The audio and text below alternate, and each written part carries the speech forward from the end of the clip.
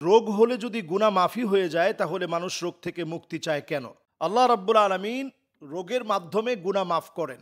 যদি আল্লাহ তাআলা কখনো আপনাকে এই জাতীয় পরীক্ষা নেন, সে অবস্থায় সবর করা এটি আল্লাহ তাআলার পক্ষ থেকেই শিখানো। তবে আমরা যে রোগ থেকে পানাহ চাই এটাও সওয়াবের কাজ। আল্লাহর কাছে আশ্রয় চাওয়া, আল্লাহর কাছে পানাহ চাওয়া, রোগ থেকে মুক্তি চাওয়া, এটাও আল্লাহ রাব্বুল আলামিন শিখিয়েছেন। তাহলে এখানে দুইটা শিক্ষা আছে।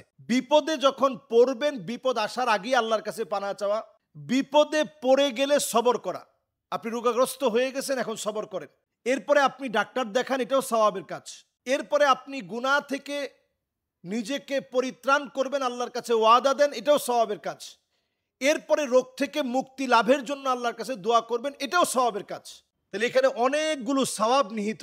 হাদিসের মধ্যে আসছে, মা ইউসিবুল মুসলিমা মিন নাসাবিন ওয়ালা ওয়াসাবিন ওয়ালা হাম্মিন ওয়ালা হুজানিন ওয়ালা গাম্মিন হাত্তা শাওকাতি ইউশাকুহা ইল্লা কাফফারাল্লাহু বিহা মিন খাতায়াহু। আল্লাহর কোন মুমিন গোলাম ইমানদার যখন বিপদে পড়ে যায়, মুসিবতের ভিতরে পড়ে যায়, হতাশার ভিতরে পড়ে যায়, দুর্দশাগ্রস্ত হয়ে যায়, ব্যবসার ভিতরে ক্ষতির ভিতরে নিমজ্জিত হয়ে যায়, পকেটে যখন কোনো টাকা থাকে না, চতুর্দিক থেকে যখন হতাশা তাকে পেয়ে বসে, সবাই যখন তার সঙ্গে বেঈমানি করে, ওই মুহূর্তে যদি এই লোকটা আল্লাহর উপরে সবর করে, ভিতর থেকে যদি শব্দটা উচ্চারণ করে, যা আমার হৃদয়ে এত বেদনা, এত কষ্ট, এত যন্ত্রণা, এত যাতনা, এই যে আপনি শব্দটা উচ্চারণ করলেন, আল্লাহ রাব্বুল আলামিন গুনাহ খাতা মাফ করবেন, জান্নাতের দরজা আল্লাহ তাআলা বুলন্দ বানায় দিবেন। সুবহানাল্লাহ বিহামদি।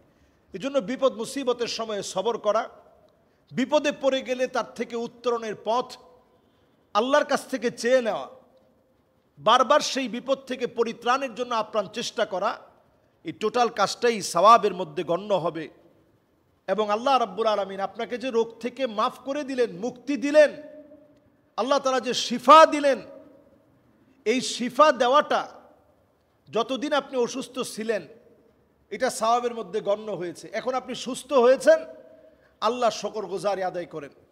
যারা রোগীকে দেখতে যাবেন, ৭০,০০০ ফেরেশতা আপনার জন্য দোয়া করবে। আপনি রোগীটাকে দেখে আল্লাহর প্রশংসায় পড়েন, আলহামদুলিল্লাহিল্লাযী আফানি মিম্মা ইবতালাকা বিহি ওয়া ফাদ্দালানি আলা কাসীরিম মিম্মান খলাকা তাফদীলা। আয় আল্লাহ, আপনি অনেকের চাইতে আমাকে সুস্থ রেখেছেন, অনেকের চাইতে আল্লাহ আপনি আমাকে ভালো রেখেছেন, হাজারো মানুষের চাইতে আল্লাহ আপনি আমাকে নিয়ামত দিয়েছেন।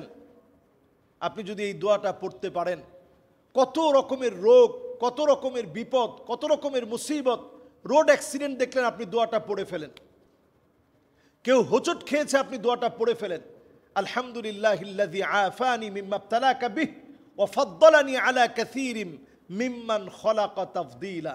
এই দোয়াটা যদি আপনি পড়তে পারেন, দেখবেন আল্লাহ রাব্বুল আলামিন ওই বিপদটা থেকে আল্লাহ তাআলা আপনাকে হেফাজতে রাখবে। আপনি ইয়াকিন নিয়ে পড়েন, অবশ্যই আল্লাহ রাব্বুল আলামিন আপনাকে হেফাজতে রাখবে।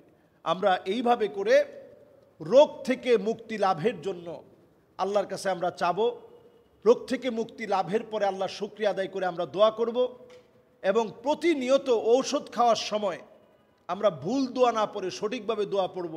আমরা বলবো, হুয়া শাফি হুয়াল কাফি হুয়াল মুআফি।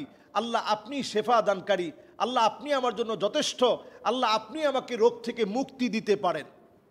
এইভাবে করে আমরা দোয়াটা পড়ার চেষ্টা করব। ইনশাআল্লাহ আল্লাহ রাব্বুল আলামিন আমাদেরকে সুস্থতার নিয়ামত দান করবে।